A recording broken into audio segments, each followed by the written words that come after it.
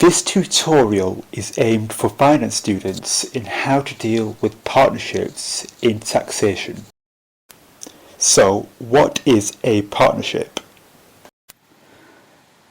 Under the partnership tax rules, a partnership is not a single trading tax entity. Each partner must be treated as though they are a single sole trader. Partnerships must submit a tax return to the HMRC. An example of this form is obtained from the HMRC website. This provides information on the profit and loss statements for the period year end. This can also be used to claim capital allowances. So let's have a scenario. Meet Wayne and Jane. They both make an annual profit of £100,000. They both agree that they should receive a salary of £30,000 and they have a 5% interest on capital. And the capital balances are for Wayne £70,000 and for Jane £65,000. The profit of £100,000 are to be split 70% in Wayne's favour and 30% in Jane's favour. Accounting profits are adjusted before arriving at the taxable profits. So at the year end, they both receive a salary of £30,000. There's a 5% interest on capital. So for Wayne, this is £70,000 times by 5%, which comes to £3,500. And these two rows are then totaled up as a result. The next step is to calculate the profit remaining. So for Wayne, this is £100,000 profit minus £750,000 times it by 70% of his share of the profits, and this comes to £23,000 and £275. The next step is to calculate how much each partner is entitled to of the profits. So for Wayne, for example, this is £33,500 plus £23,275 equals £56,775. So finally, as a result, this is Wayne and Jane's share of the profit. What happens if there is a change to the profit sharing ratio? This may occur if a partner is being admitted into the partnership, a partner leaving due to death or retirement, but as long as there's one partner common to the partnership before and after the change, the partnership will continue as normal. So Tom and Lily are in a partnership. They make a tax adjusted profit of £20,000.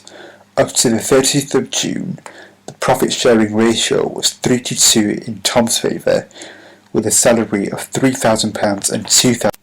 However, from the 1st of July, the profit sharing ratio changed from 2 to 1 in Tom's favour, with a salary of £10,000 and £5,000 respectively. So first of all, we must calculate the salaries. This is apportioned to 9/12 of the year because the current profit sharing ratio arrangement starts on the new trading year on the 1st of October to the 30th of June. Then we must calculate the profits, which is also apportioned 9/12 of the year, which gives you £15,000. The balancing figure is, as a result, is 11,250, which is then apportioned to a ratio of 3 to 2 in Tom's favour. On the 1st of July, in the new profit sharing arrangement, salaries of £15,000 is apportioned to 3/12 of the year, which is further split between Tom and Lily on a 2 to 1 basis. Profits are also apportioned to 3/12 of the year, leaving a balancing figure of 1,250. Then the allocation of profits for Tom and Lily are calculated by adding together each column. Therefore, the profit attributable to Tom is £12,333 and to Jane it is £7,666. So another scenario is where Wayne and Jane have been partners since the 1st of July 2012, with their accounting year end on the 30th of June every year. On the 1st of July 2014, Tom joins and all the profits are shared equally. Their tax-adjusted trading profits are, for the 30th of June 2013, £15,000, on 2014 £10,000, and in 2015 £20,000. The first step is to allocate the tax-adjusted profits. In the first 2 years it is split evenly between Wayne and Jane. Tom will be treated as commencing on the 1st of July 2014.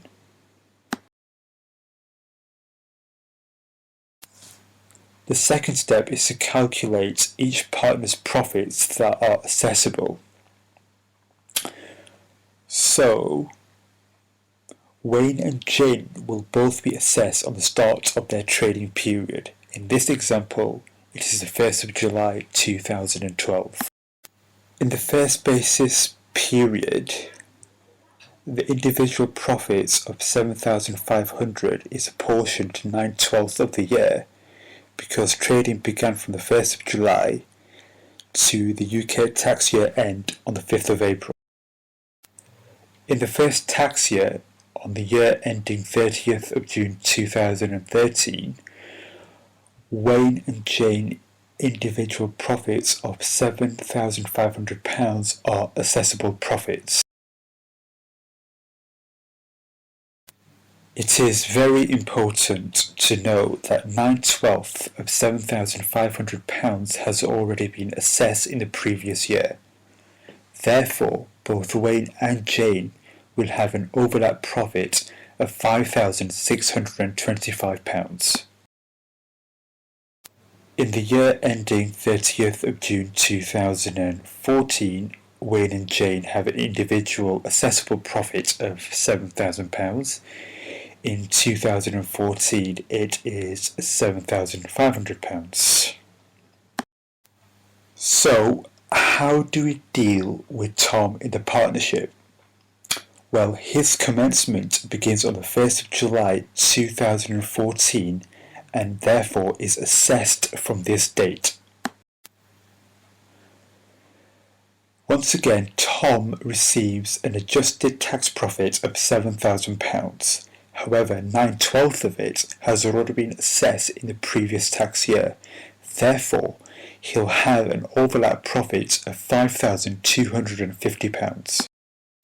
So in summary, we have assessed what a partnership is, how to calculate trading income assessable for each individual partners, what happens if there is a change in the profit sharing ratio, and what happens if there is a new partner admitted into the partnership.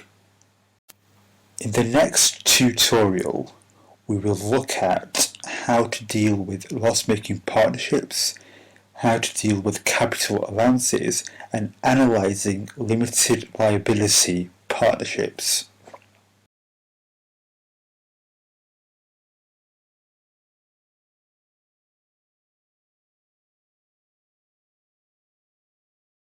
Created using Powtoon.